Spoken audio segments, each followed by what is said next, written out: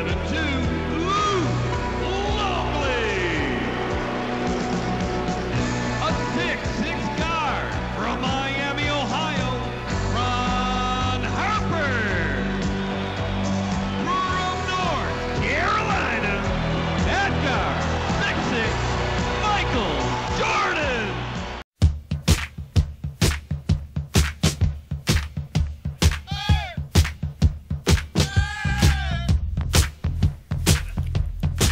Oh, hello, Roanoke. Welcome to T-Bone's Best of Roanoke show, where we go after the best people, places, and things to do in our fair city. Big thanks to our studio band and my special guest host, Mr. G. Woo! Now, on with the show.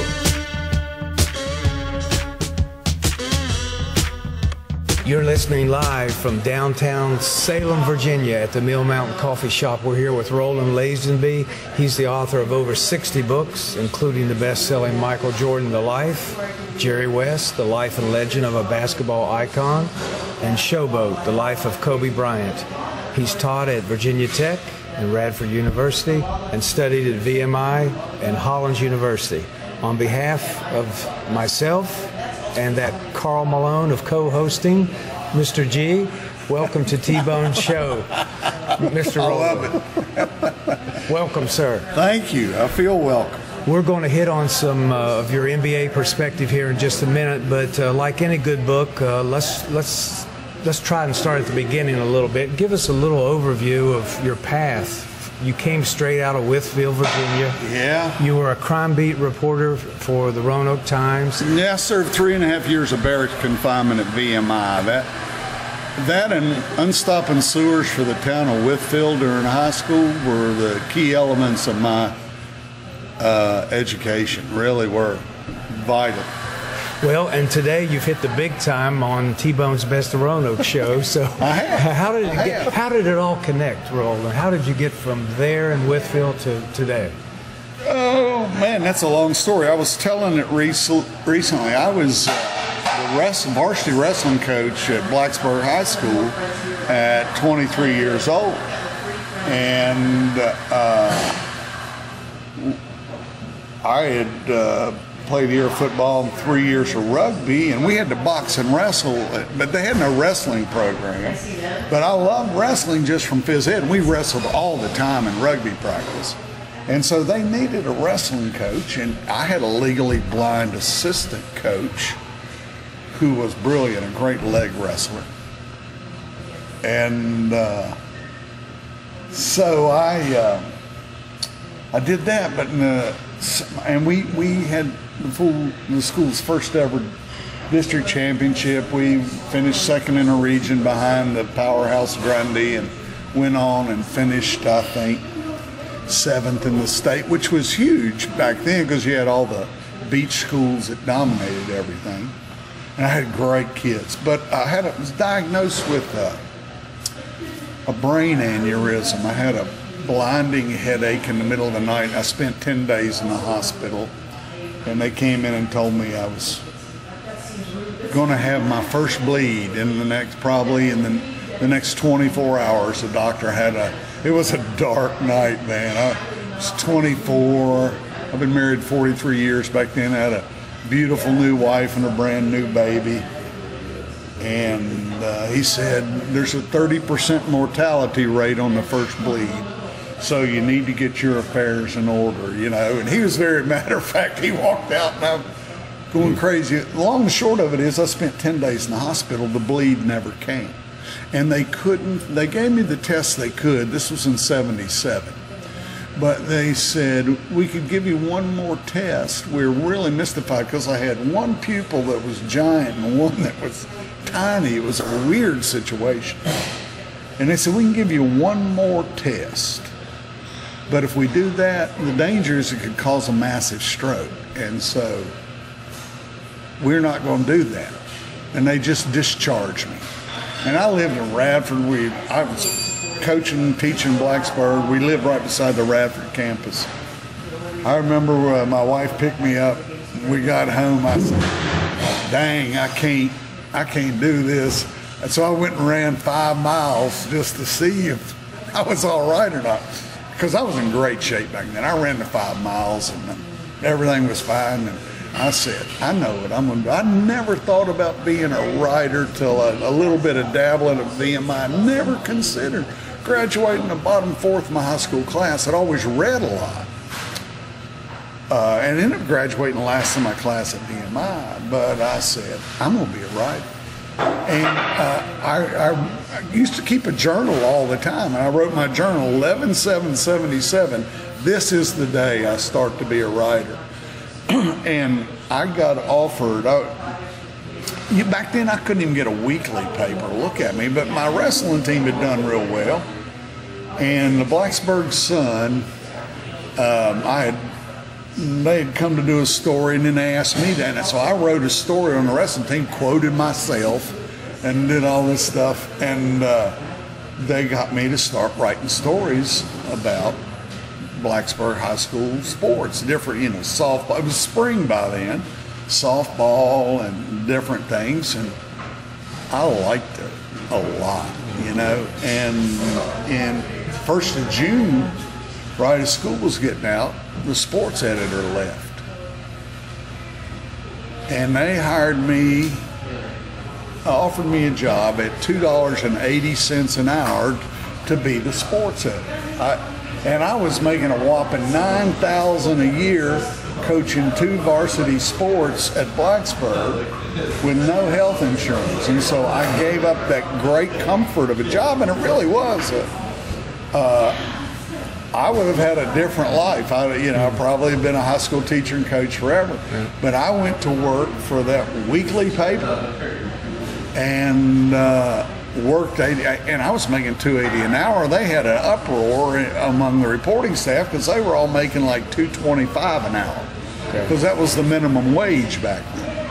Maybe $2.40, I don't remember, but I was making more. And you can't keep a secret at a newspaper. And so, but I won 2 VPA awards, got hired at the Stanton Leader. I was only there 4 months. My credit card was packed in 4 months, and we were in. But I got hired at the Stanton Leader, which paid me a whopping $12,000 a year, which was like somebody had laid $100,000 on me, or something. And so we packed up and went to Stanton, and I was there a year, and I won this state feature writing award to VPA. And the Roanoke Times hired me as a night police reporter. But I was full of fire. I got into graduate. My father died right then, and a lot of emotion in my life, and I got in, and that's how I got into basketball. I'd always loved football, and he'd always been a basketball nut. Right. And I'd always had fun playing pickup basketball, but I hadn't played since 8th grade. Okay. And so he was over in the hospital, Roanoke Memorial, dying of brain cancer, and I'd work till 1 a.m. at the Roanoke Times, and then I'd go over there and sit up with him. And I was writing all the night police grim shit. Grim stuff you can think of. And it was just nonstop. The deadlines were just flying. Every time somebody drowning or with Galax, you're just making 100 calls a night and writing stories. Back then, the Roanoke Times had a huge coverage area. Right. It's much, much, much, much smaller today, but it was quite a production. Okay. And that was great training. But I wanted to, this writer thing, I wanted to go to that writing program at Hollins and learn. Mm-hmm. And Hollins had a half scholarship. Mm-hmm. And I always stress this to my writing students, because Roanoke Times paid the other half. But I never had a 2.0 average in college. I finally got a 1.996 and graduated, rounded off to a 2.0, and graduated from VMI. But I got my master's on a full ride because of my writing samples from the Roanoke Times.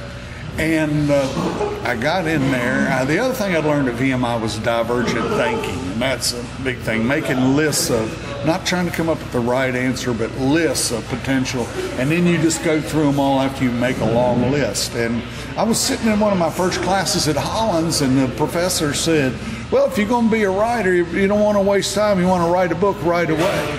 And so I sat down and I started making a list. of everything I could write about. A list of 20 different book ideas.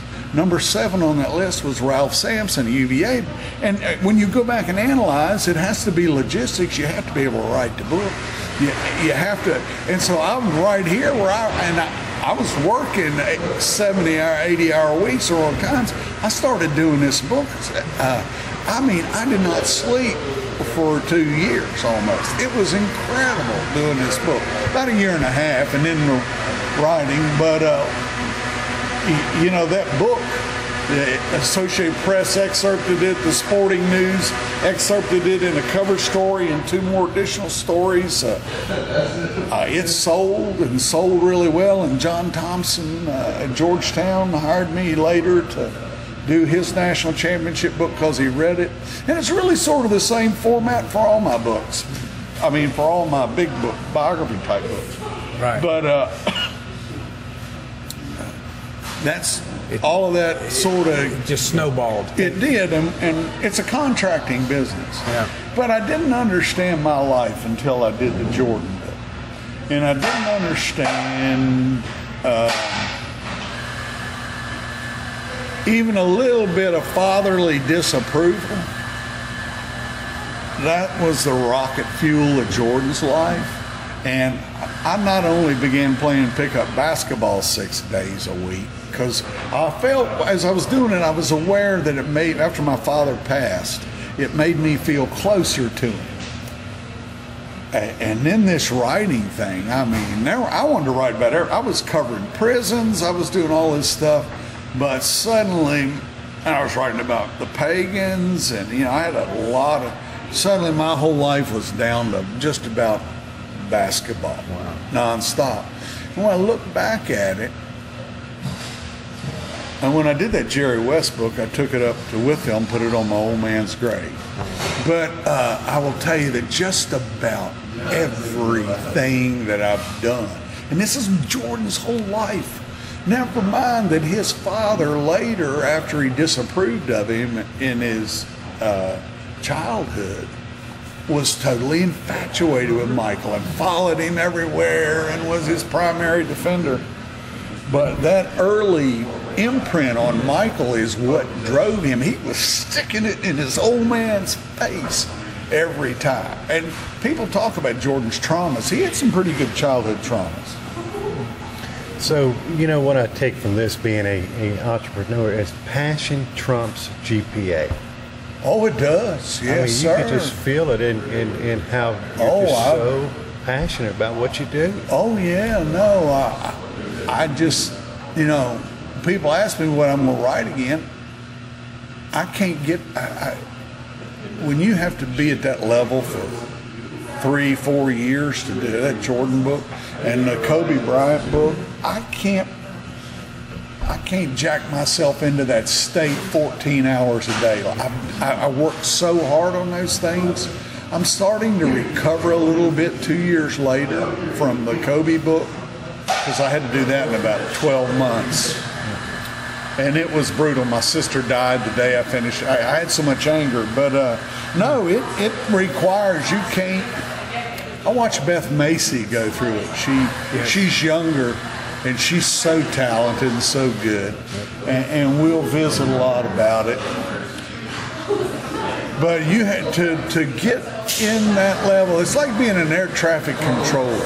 You got so much going on at such pace and such intensity, and you got, when you got 100 voices, and I'm doing this documentary now. I'm going crazy trying to get a handle on writing the script for this documentary about Bob Cousy and Holy Cross. Right, that's where he went to school. And it takes a lot. I just don't want to work that hard anymore. Yeah.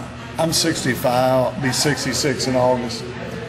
And maybe one day I will, but I'm enjoying time spent with my wife. She's retired. We don't do a whole lot. So. Well, let's circle back to finish up there on Michael. I don't think many people realize, Roland, that he was not the favorite of his father. His older brother Larry was the favorite. Right. His father actually, I think, looked down on Michael as a child. Did. Is that fair? Yeah, Michael's father was very mechanically inclined and had a successful career because of a lot of abilities. And this was in the 50s and 60s that he, worked for GE and down on the coastal plain in North Carolina. Just, you guys know the South, they're not handing out jobs right and left to any old body. I'm sorry. And so and Michael, I won't say Michael was effeminate, but as a little boy, he wanted nothing to do with all that mechanical stuff. And, his father loved baseball, and Michael loved baseball. And, there've been a lot of stories about Michael's life, but I think the biggest one that's never been emphasized, and when I interviewed all his baseball coaches in Youth League for my book, Michael was the Little League Player of the Year in North Carolina as a 12-year-old. Think about being the top 12-year-old in the state. He could pitch and hit. He threw 2 no-hitters and hit a 240-foot home run that took his Wilmington area team within an eyelash of the Little League World Series. The very next year, he moved up to Dixie League. The base paths were longer. As his coach explained to him, Michael couldn't get off the bench much. And so his father, who played semi-pro community baseball down here, his father loved baseball. It's hard to, you have these fatherly obsessions, and so Michael, already facing disapproval, suddenly he's sitting the bench. And he went through his high school career. He played baseball in high school. He was never better than honorable mention all district, and he struggled to ever get on the field in Dixie League after dominating Little League. And of course, that's typical of how cruel sports and competition can be, man. I've coached for years. I coached to learn how to write about basketball. I've coached a lot of basketball, and you can see kids who are, they're world beaters. I interviewed one of Michael's cousins, an older man, who saw him pitch as a 12-year-old, and they were all sure he was the next Don Newcomb.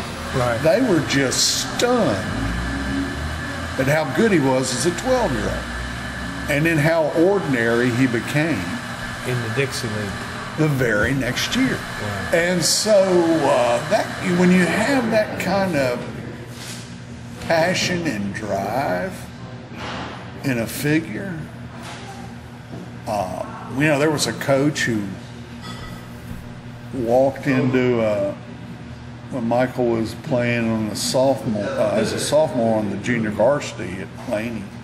The coach had never noticed him or anything, and he walked into this game, and JV game before the varsity, and there was this kid out there was just playing out of his mind, end to end. The game was coming down.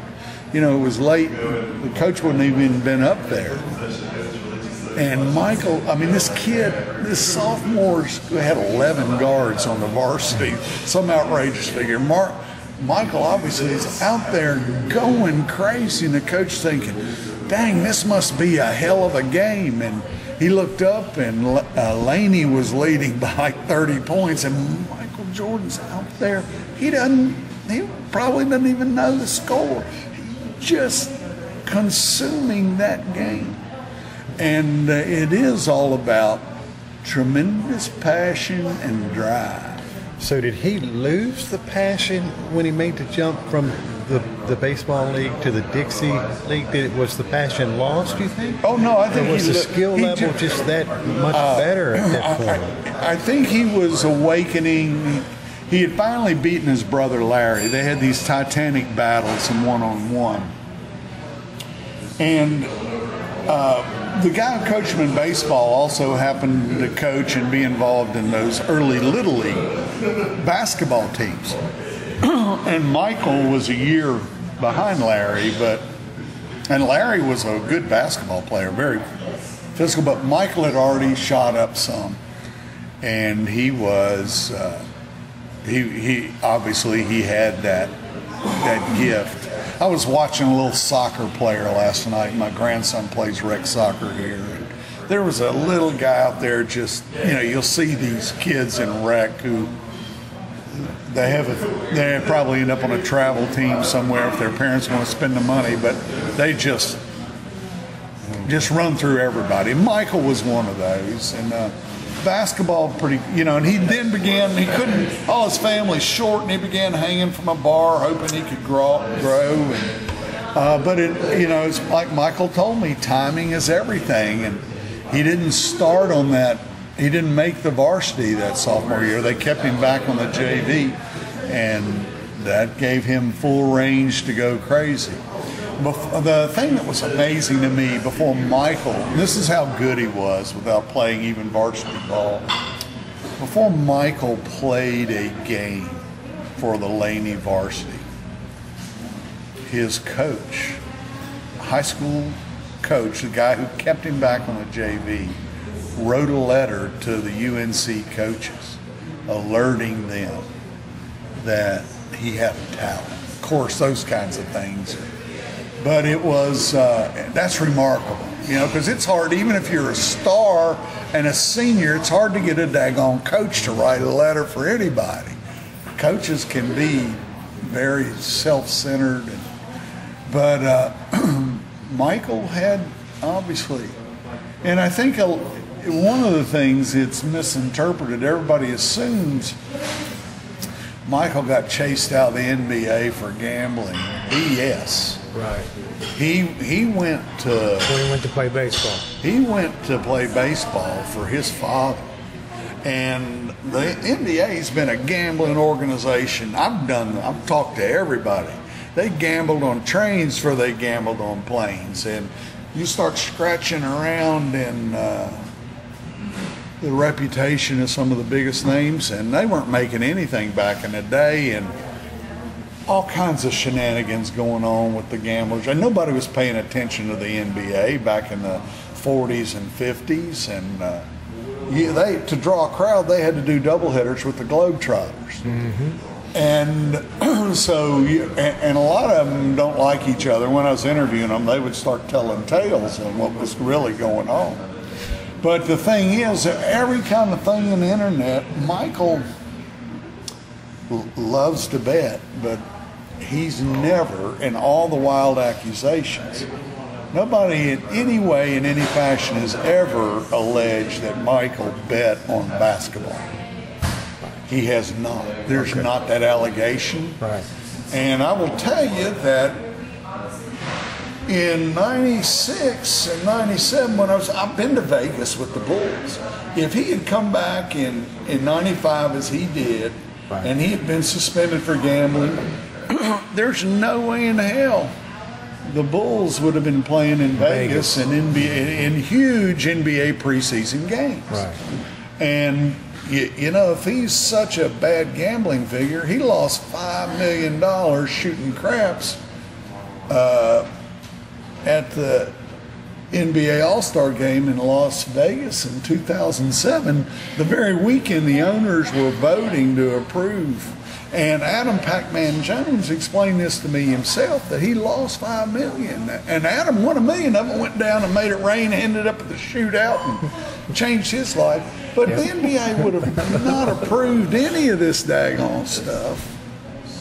I would not have, if Michael had been, they wouldn't, first of all, Michael was their cash cow. Right. When he left, what happened to the NBA revenues? Those men are not stupid. They are big-time businessmen. There's no more calculating, money-counting guy than Jerry Reinsdorf himself. The Chicago Bulls. The NBA is not stupid. They did not suspend Michael. There's absolutely no evidence of it, but people love to get things going because it drives internet traffic. Right. You know what the raw story of that is even Michael Jordan is not immune to, he just wants to please his damn father. Yeah. To the point that he would quit basketball because time is running out to please his father. You are exactly right.